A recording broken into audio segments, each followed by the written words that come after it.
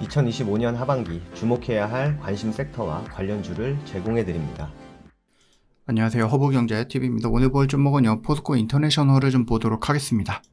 조금 아쉬운 감이 없지 않아 있어요. 시장이 이렇게 올라가는 모습을 보여줬기 때문에 포스코 인터내셔널도 나름의 시장의 분위기 좀 타서 같이 움직여줬으면 좋겠지만은 조금 지금 시장이 지수는 이런 모습이긴 한데 이 지수를 따라서 움직이는 종목들의 업황이라든지 이런 것들이 좀 제한되어 있는 흐름이었죠.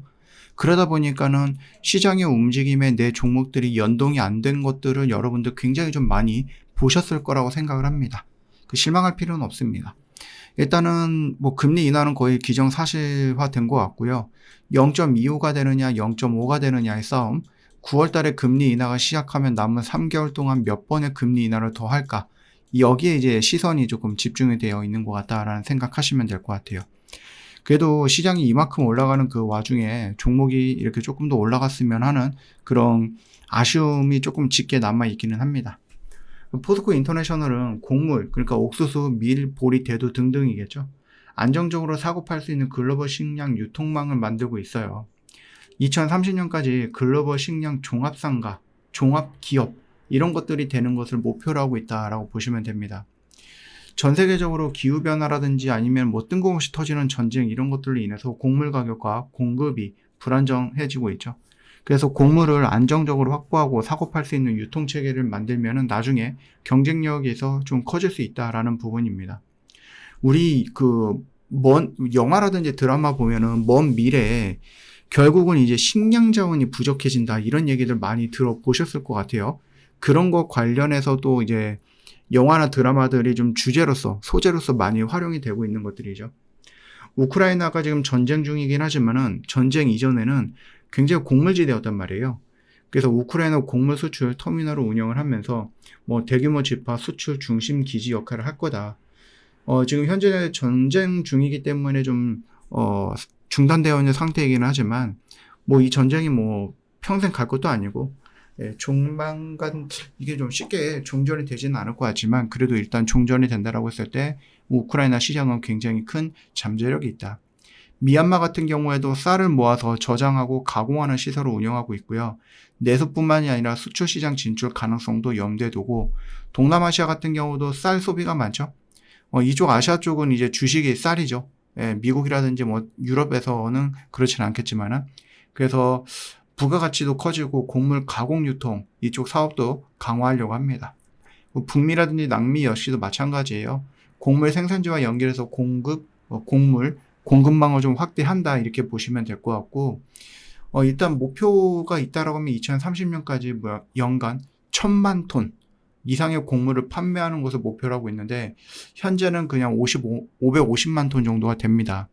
그러면 향후 한 5년 동안 거의 한 2배 정도를 좀 키우겠다라고 하는 거니까 가능할 수 있겠죠.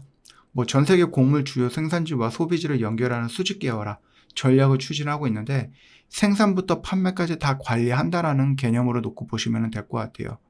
그래서 세계 곡물 유통의 큰 허브가 되려고 하는 것이 바로 이 포스코 인터내셔널이고 저는 좀 잘 잡았다라고 봅니다.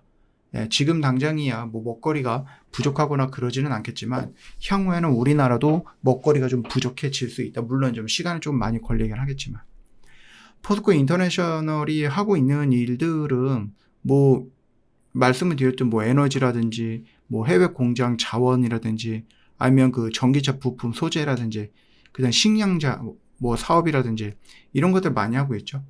그래서 미국에 너무 많이 의존하면 위험하니까 미국과 중국에 너무 많이 의존하면 위험하니까 미국이라든지 아니면 다른 나라 쪽으로도 손잡고 공급망을 좀 넓혀 가겠다라는 의지들을 좀 보여주고 있어요.